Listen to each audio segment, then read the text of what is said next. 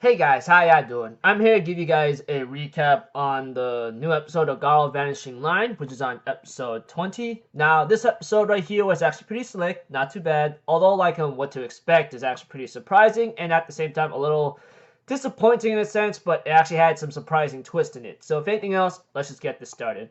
We had to it that Sophie is enjoying her time with the big brother. Not to mention, we have to it that Sword is talking to his sister, which is actually deceased. And she further explains that, and with Sword in the other world, and Sword talking to his sister, he later on finds out that an ancient horror was actually behind the entirety of making the project of El Dorado. And apparently, because this was involved with someone making like some kind of technology at a certain company, I believe, a company that was involved making technology that could allow the brain to be involved with virtual reality, and therefore that horror tries to take advantage of this and try to steal people's souls and cause a major mischief. But the Makai Knights realize this, and after a fierce battle, that guy, or that ancient horror, whatever it is called, self-destructed and died. But apparently, many thought that he actually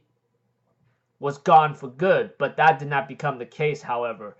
What became much worse in the end is that he still continued his research through someone called Mark Hennis, which is apparently Sophie's brother. Eventually, he found him, gave him the ring of a horror, and later on, it allowed him to continue the research of El Dorado.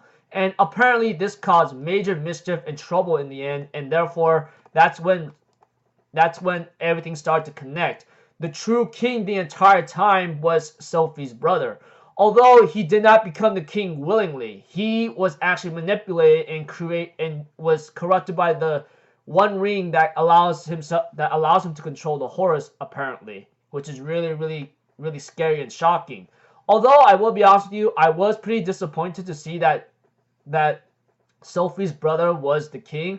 Although it was given hints and it was actually very close to it was actually giving hints here and there. I did not want him to become king. I expected there might be a different king, but that king was manipulated. So I guess the ancient horror was the one that's the true king. You guys know, if you guys watch the episode, you will know what I'm talking about. But the entire time, Sophie's brother was manipulated to like use the ring of the horrors or something to he's been killing people and made El Dorado. Sophie tries to make her brother snap out of it because Sophie tries to tell her big brother that you've been killing people. You don't realize that horrors have been eating people outside, and of course, after Sword realizes what's been going on, etc., the system starts to read some abnormalities and sees that Sword is a threat along with his sister. So they try to get rid of him, but it's not working because they escape. And we have to it that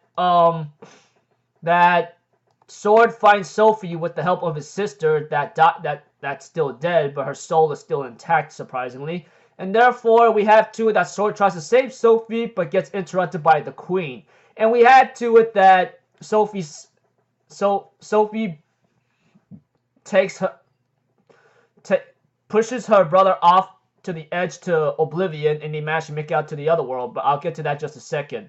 As for Sword, his sister got him out of that dream and put him back to reality, where he is reunited with Luke and let's see here, what's her name again? Gina. And we have two. They are gonna get ready to save Sophie because she's still in there. And we had to it that the episode ends up with Sophie trying to strangle her older brother, and she therefore calls her brother an idiot, or in a certain way, by saying, all these people that were involved with El Dorado, they're dead all because of you. Look around. And therefore, when he looked around and looked on the floor, he ended up seeing dead corpses and bodies of human people. And he goes like, what the hell did I just do? And we had to it that Sophie realized that her brother became a horror when she was in that other world with him, when he saw his shadow. And therefore, now back in reality, Sophie is trying to kill him and says a person who has become a horror can never change back. And she's trying to strangle him while in tears because she has to do it. And she therefore, I will kill you with my own hands because of what you have become. etc. So it looks like to me we get to know the entire mastermind of El Dorado. It was actually an ancient horror that Sword's sister told him about. And apparently, even though he was defeated and self-destructed before he could be killed or anything, he still went behind the scenes and used Sophie's brother, Mark Hennis, to do his bidding for El Dorado. Eventually, it became major, ugly, and it caused many